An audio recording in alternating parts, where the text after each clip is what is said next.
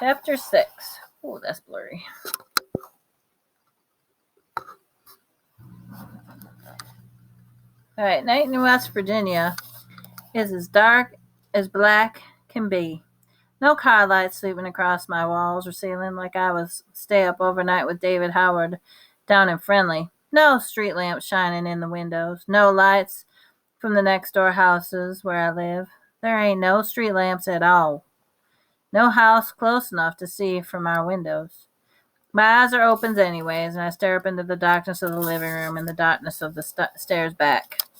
I'm remembering how once, several years ago, when my mom bought me a chocolate rabbits on Easter, one for me and one for Darlene.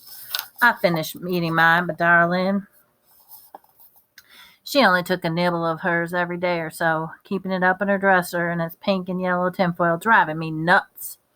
Then one day I just crept up there and ate off one of the rabbit's ears. Darlene, of course, threw a fit, and when Ma asked me if I'd done it, I said no. I could feel my cheeks and necks burning red. "Are you sure, Marty?" she asked, and I nodded, and I left the room. It was one of the worst days of my life. About an hour later, she came out of the porch where I was pushing myself slow in the swing and sat down beside me. "You know, Marty," she said, "Darlene don't know who ate the ear off her candy rabbit, and I don't know who did it, but Jesus knows. And right this very minute, Jesus is looking down with the saddest eyes on the person who ate that chocolate. The Bible says that the worst thing that one can any possibly do for us to be is to be separated forever from God's love. So I hope you'll keep that in mind." I just swallowed and I didn't say anything, but before I went to bed, when Ma asked me again about that rabbit, I gulped and said yes, and she made me get down on my knees and ask for God's forgiveness, which wasn't so bad. I honestly felt better afterward. But then she said that Jesus wanted me to go up to the next room and tell Darlene what I'd done.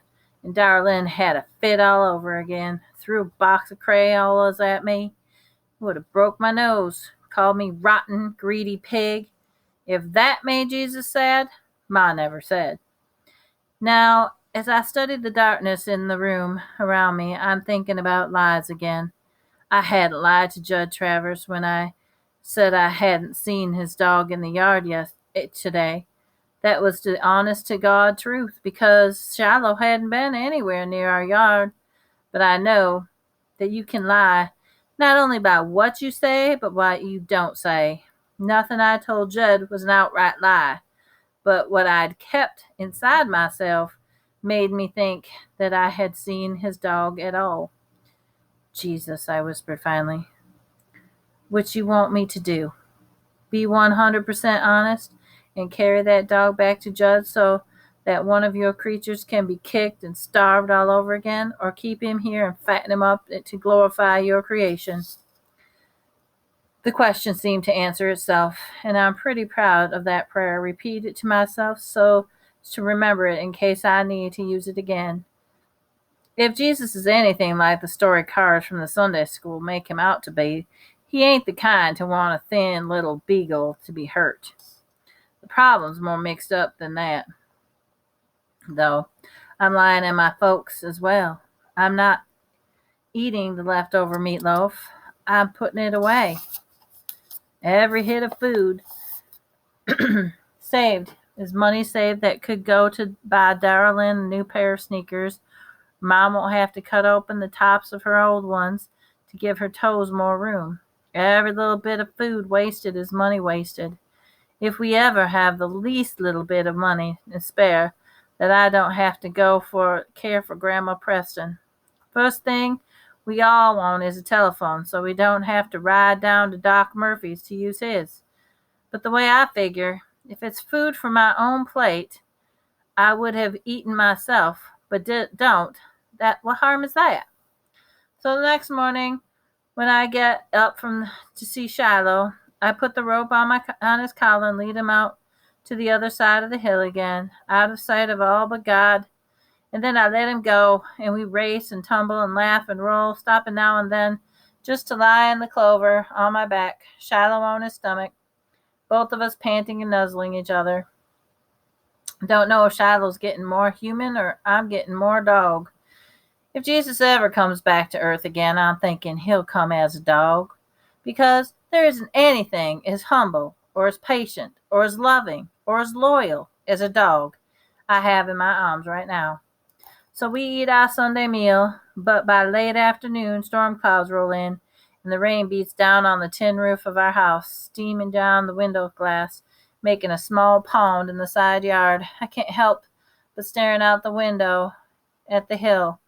Well, Shiloh, can he even leap that fence to try to go somewhere that's more dry? If he's smart enough, he'll stay under the lean-to I made for him. Have I built it the right way?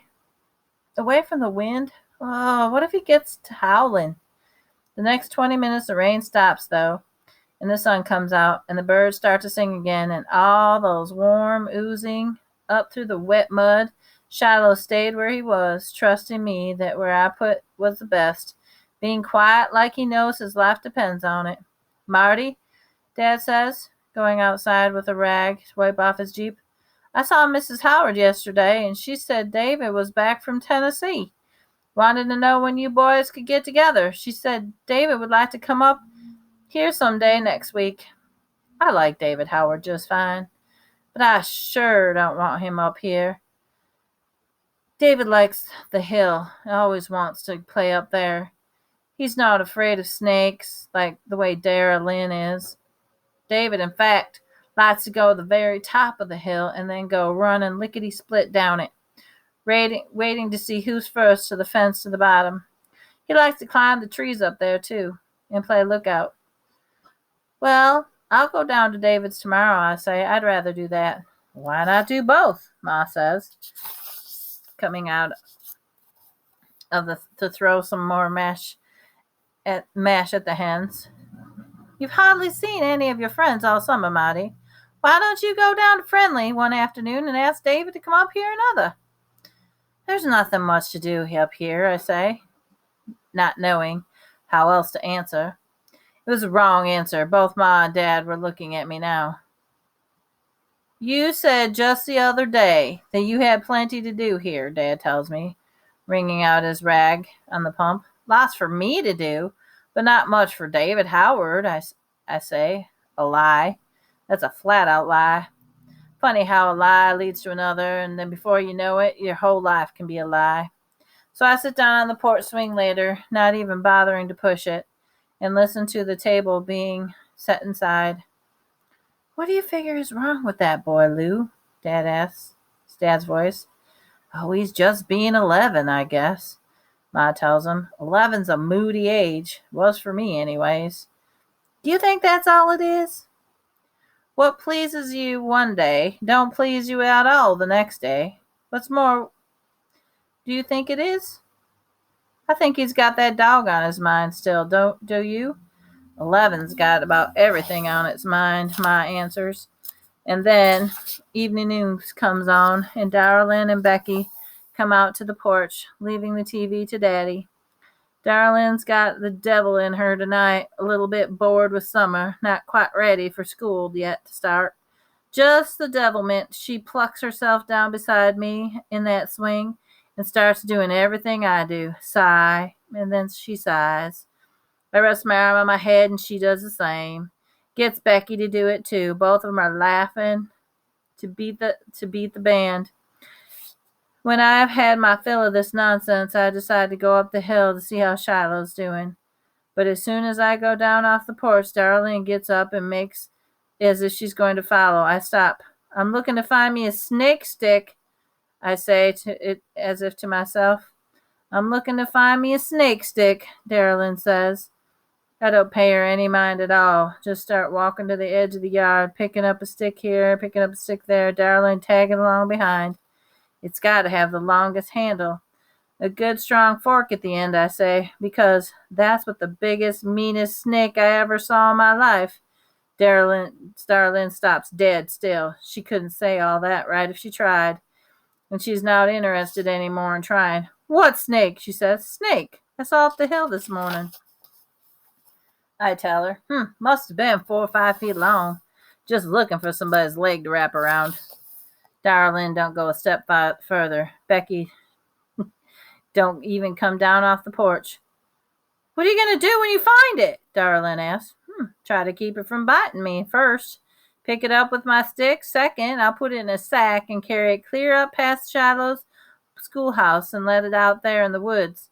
Won't kill it unless I have to. Kill it? Says Darlene. Get your gun and blow its head off. You've been watching too much TV stuff on TV, Darlene, I tell her. Even snakes got the right to live. I'm thinking now how if I ever become a vet's helper, how I got to care for pet snakes too. Next day, to head off David Howard from riding up from Friendly on his bike, I go down to see him. I attended to Shiloh first. First made a fistful of scrambled eggs, left over from breakfast, and a bit of bacon, and half a slice of whole wheat toast, and then I stuck in my jeans pocket. It's not enough for the dog, I know, but probably something more that he gets from Judd. It's not enough for me either. Sneaking off half my breakfast and lunch and dinner for Shiloh, like I'm doing, means me going half hungry all the time. But if I eat extra, then it means Shiloh's costing money that we can't afford. So I fill my pockets with wormy peaches before I set off for Friendly, biting off each piece, spitting out in my hand and picking out the worms before I put it back in my mouth. It pleased me that Shiloh was sleeping in the lean-to when I done up that morning. Then the ground was dry under there, and I brought up some old gunny sacks from the shed for him to lie on. Made it more like a bed for him, more like a home. The walk up to Friendly takes a good long time, unless I hitch a ride, and I'm not allowed to get in a car with somebody I don't know. But Dad, being the mail carrier for his part of the county, I know almost everybody that goes by. First person to come along this day was Judd Travers.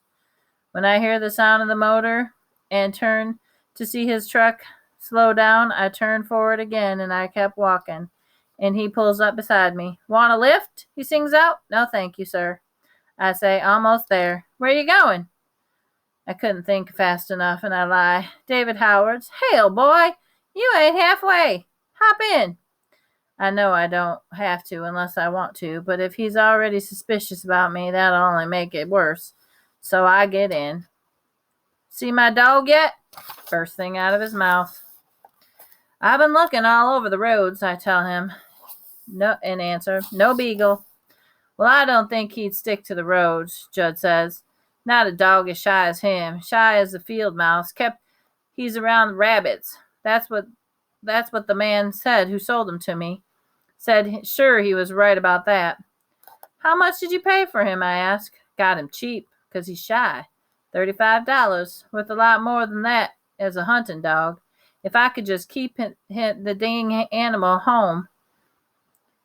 You gotta treat a dog good if you want him to stick around, I say, bold as brass. You know what? What do you know about it? Judd jerks his head in my direction and then turns the other way and spits tobacco out the window. You never even had a dog, did you? Well, I figures a dog's the same as a kid, and you don't treat a kid right, he'll run off first chance he gets too. Judd laughs. Well, if that were true, I would have run away when I was 4, far back as I can remember. Pa took the belt to me. Big old welts on my back so raw I could hardly pull my shirt on. I stuck around, though. Didn't have any place else to go. I turned out okay, didn't I? Turned out how? The boldness in my chest growing, taking up all the air. Now Judd sounds mad. You trying to be smart with me, boy? No, I'm just asking how you turned out. Somebody who was beat when he was 4, I feel sorry, is what I feel. Judd's real quiet for a moment. Big old wad of tobacco in his cheek bobs up and down. Well, don't go wasting your time being sorry on me, he says. Nobody ever felt sorry for me, and I've never felt sorry for nobody. Sorry is something I can do without. I didn't say anything at all. We reach the road where David Howell lives, and the truck slows down. I can walk from here, I tell him. Thanks. I get out, but I come around to the truck and cross the street. Judd leans out the window. Like I said, that dog's a shy one. Don't think you'll see much of him near the road.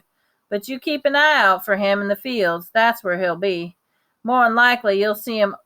All you got to do is whistle. That's what I teach him. I whistle, and then he comes to me, and he gets fed. But he does something I don't like. I kick him clear to China. You see, just a whistle, then hang on to him, and then I'll come pick him up. You hear? I hear, I tell him, and I just keep walking.